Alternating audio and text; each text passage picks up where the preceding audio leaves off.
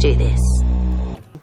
I spend a lot of time on this channel trying to debunk pseudo-archaeology, because that's what I specialize in. That's my bread and butter. Prehistory, just prehistory in general. Anthropology, paleontology, I have an interest in all of that. And while people specialize in certain things, I don't think you could tell a full story with just one bit of a puzzle. So I like to, specialize in a little bit, not specialize, but I like to associate myself with a little bit of everything. And that on top of being like a huge dinosaur nerd. By the way, sorry if you could hear my cat in the background yelling at me to pick him up. He's not going to get picked up because he's a big boy now. Anyways, we're going to be talking today about Kent Hovind, my arch nemesis. Now, if you studied anthropology and biology like moi, then you might be a little familiar with him. This guy is absolutely nuts, dude. I personally find his name and his reputation as fascinating as it is mind-boggling. Kent Hovind, also known as Dr. Dino, which I'm so mad about. That should be my name. I should be Dr. Dino. Instead, it goes to this fucking guy, a super prominent figure in the world of young Earth creationists. He is a dude with an ego. And as a matter of fact, it's such an ego that I wouldn't question if he was going to put this in one of his whacking atheist videos, which before you hop on it, Kent, and have another stroke, I am not an atheist. I'm a Buddhist, which honestly, it's the same difference to him, right? It's not his God. And which is funny, because if you guys know what the Ark Encounter is, like the Ark Museum, it's a lifelike recreation of what they think of what Noah's Ark would have been. And he started slandering them for not being accurate enough to the Bible. And they sued him and won because he's a fucking asshole. He's known for his video seminars and debate, which again, I'm not going to sit here and act like I'm going to debate him. I'm not a master debater like him. Instead, what I'm going to do is I'm going to make it nearly impossible for him to react to this on anything by throwing out little tidbits of Kent Hovind lore. Like, for example, Kent Hovind's been married 4 times and he doesn't believe in divorce, which is why he's abused every wife he's ever had into leaving him. But anyways, I talked about him having some wild claims and wild beliefs. What are these claims? What are these beliefs? Well, let's go ahead and hop into those. Hovind assessed that the Earth is actually 6,000 years old, as opposed to the widely accepted around the age of 4.5 billion years old. He is a proponent of evolution being a lie pushed by propagandists and just accepted and eaten up by the science community. He uses a blend of pseudoscience and misrepresented statistics, as well as out of context quotation. When I say out of context, it's like jumping across a book and finding different words from different sections of a book, sometimes completely different books, and combining them together to make someone say something funny. Anyways, let's go ahead and start breaking down some of his idiocracy. First of all, age of the Earth. We just talked about it, right? The overwhelming consensus in geology and other forms of sciences like biology, anthropology, paleontology, fucking literally anything. Honestly, anything, you name it. Do you put gasoline in your car? Guess what?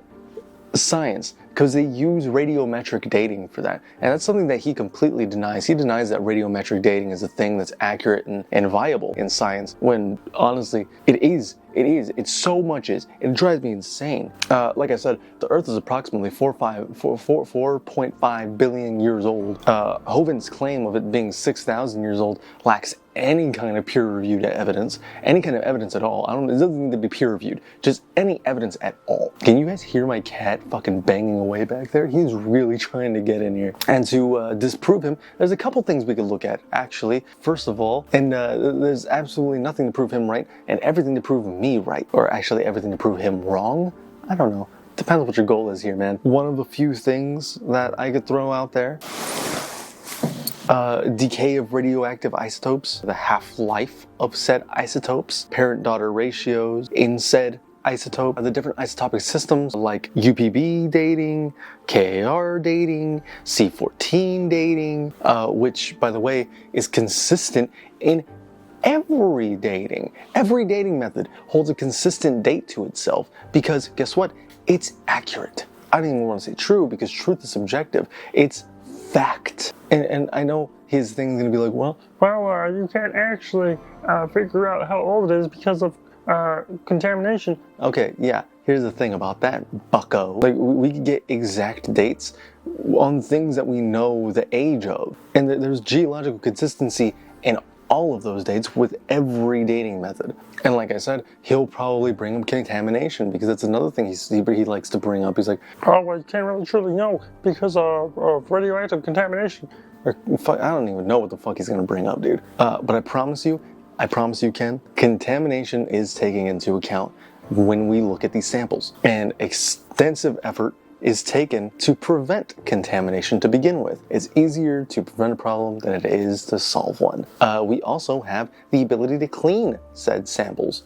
We could also use uncontaminated material from around the site. We also have a closed system that we use to test these objects that are resistant to weathering and alterations. So, fuck you. Now that I've nailed that one, let's go ahead and get into dinos from Dr. Dinosaur. I don't think I want to spend so much time on this like I did with the other one, because I mean, I could go into like hours of talk about isotopes and, you know, radioactive decay, but this is like a quick one, I feel, because anyone with a brain is gonna shoot this one right in the foot. I'm talking about dinosaurs coexisting with humans. First of all, there's no credible evidence for it. Like, you could, like, I think there's like one thing I could think of off the top of my head, which is like a footprint next to dinosaur feet. That's not what that is. That's not what that is at all. It's just a dinosaur foot. It's a dinosaur foot that kind of looks like a human foot. Don't lie to me. Fossils and geological layers show a very, very clear timeline that matches up with our fossil records of upwards of 65 million years, bro. Long before humans, as we know them, have existed. Scientific dating methods.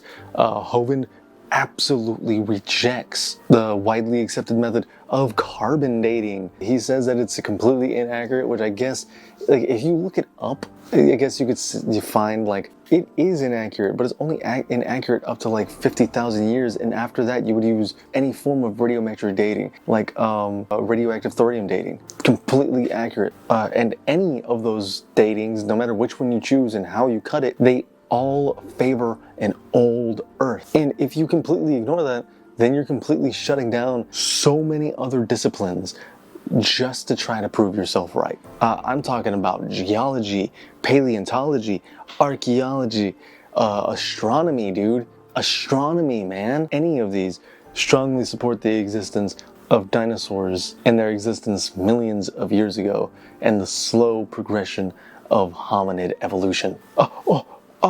Did we say evolution? Evolution is one of the most well-known and supported theories in biology, backed with a huge, like, I'm talking about like a KFC bucket of evidence, and is supported by things like genetics, paleontology, and comparative anatomy. And Hovind often misrepresents evolution as being like absolutely out there. It's such a wicked idea, man. He'll create straw man arguments just out of nowhere, just to try to prove himself a little right. Not even prove himself right, but just sow that seed of doubt in people that are just dumb enough not to do the research. And none of his straw men actually reflect the real thoughts on modern science. For example, the Cambrian explosion. While the Cambrian explosion refers to a burst of evolutionary development that occurred something of 540 million years ago. Of course, I'm pulling this off like the fucking scalp of my head, so I could be wrong about the dates there.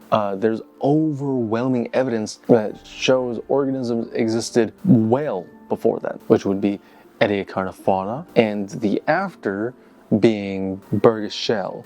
Anyways, the Cambrian explosion existed, and Hovind's claims, of course, don't match up with that. And he doesn't just not get that, but he simplifies it to a point where it just sounds ridiculous.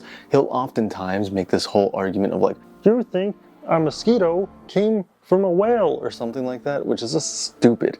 I think a whale came from Pachycetus, which, again, I feel like it's been a while since I've thrown shade at Kent. How's your son, Kent? You talked to him lately? What about your pedophile best friend who got caught sleeping in the same bed as a young man? Oh, but he didn't touch him. He didn't touch him. He was just scaring the child while he was tickling him in his underwear on the bed.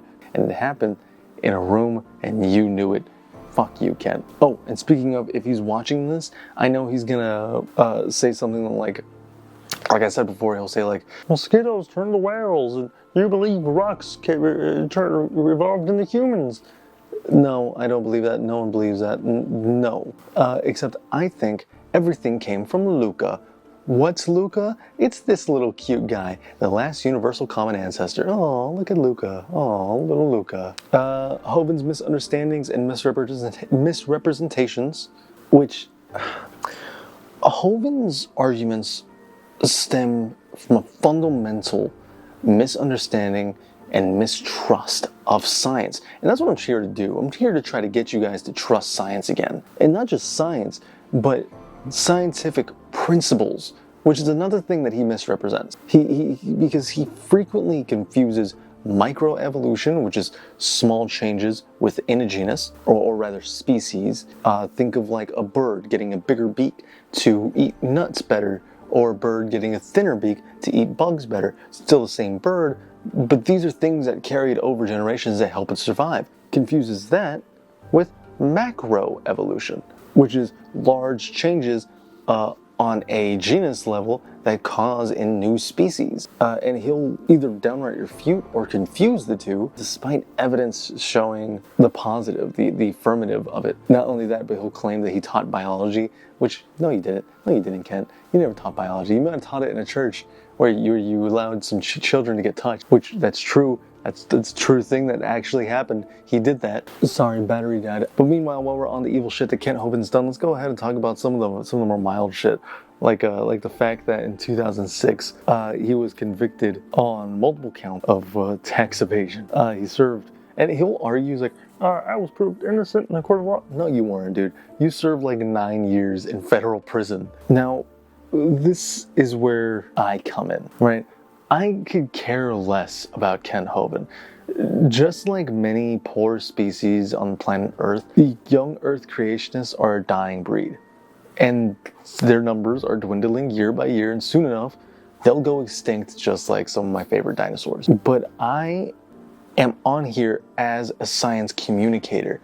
I want to let you guys know about these things because I want to up your scientific literacy. And like, why does it matter? It doesn't affect you. Yeah, you're right. It doesn't really affect me. But when you have someone out there spreading misinformation like this, it spreads rapidly. And it's crucial to cut the snake's head off before it bites you. Which, by the way, remember that time you got bit by a snake, Kent Hovind?